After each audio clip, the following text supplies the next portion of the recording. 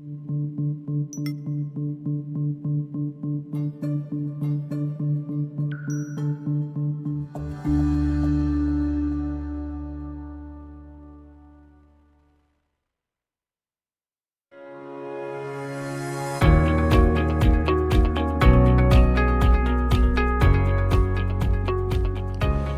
to CEO Money. I'm Michael Yorba. Thanks for joining with us. I have David Smith. He is the Executive Director of Entrepreneurial Accelerator Program with me today. David, welcome to the show. Thanks for being here. Hey, Michael. Thanks for inviting. All right. Give us some background on you, and I want to know what Entrepreneurial Accelerator Program does throughout the market sectors that you work. All right. Well, I'm a business kind of guy. I was in the Army for 26 years, got out, started a software company, got into angel investing, and a good friend of mine here in Shreveport, Louisiana, became the president of the BRF, which stands for Building Our Region's Future, offered me an opportunity to move back home to Louisiana and set up an accelerator. And that's where we came up with the idea of the Entrepreneurial Accelerator Program.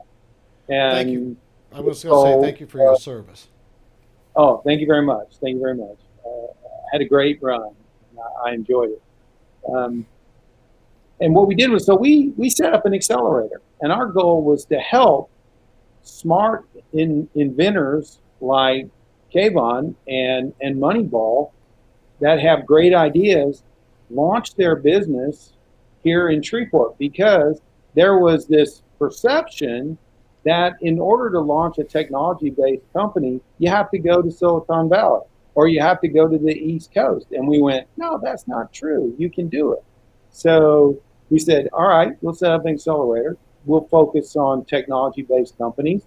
And today we have after 5 years, we have a portfolio of over 70 companies. Congratulations. Let me drill down on that a little bit.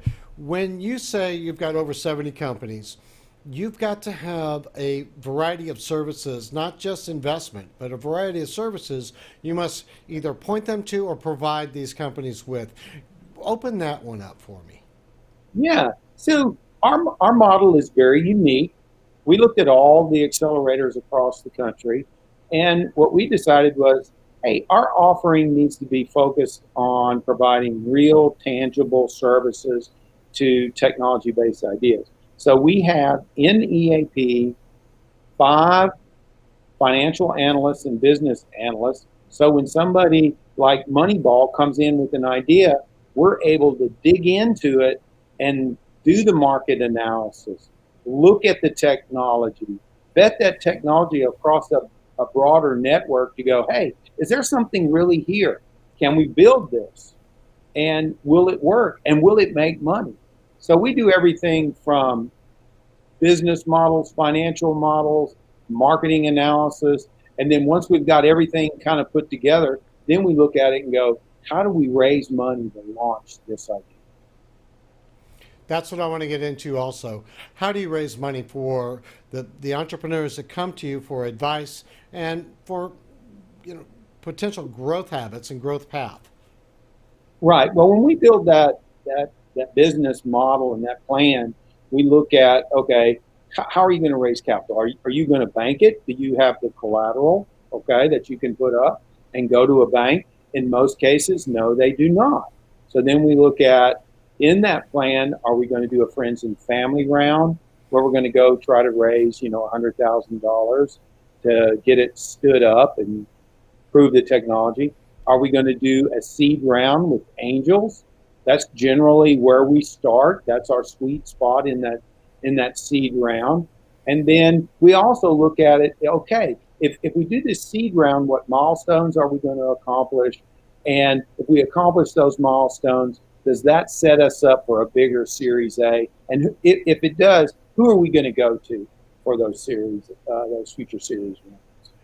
Now, your portfolio of investors, is it localized, or is it, because some people have investors all over the place and some of them keep them right in their backyard?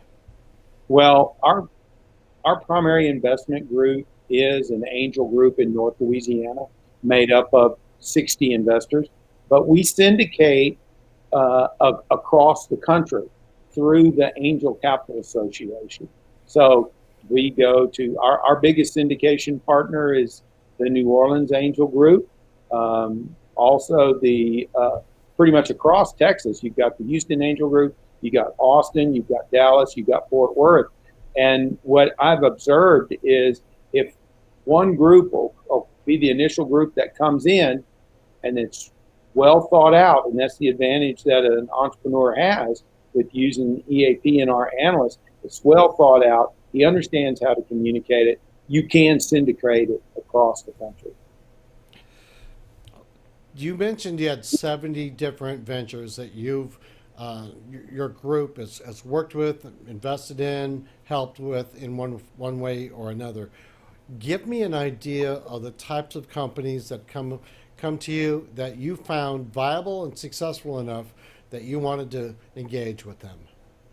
Well, Moneyball is a perfect example. It's a huge market. It's that whole market segment's going to change for the novice like me. I love football. We watched LSU win this weekend, okay, and Alabama lose. So it was a great weekend for us. I would have loved to been able to just pick something like that. I've done, or we're very fortunate. We've done everything from pet products. We had an entrepreneur that had an idea. Hey, what if you combine this personal learning device called a cell phone, okay, with a device that measured how active your pet is and how your child interacted with the pet? That was incredible. Great idea. So bringing all that together was a lot of fun. And we've done things like aquariums. Somebody said, hey, I got this idea. I want to open an aquarium in the middle America, a small aquarium. They opened an aquarium in downtown Shreveport. They're on their second year.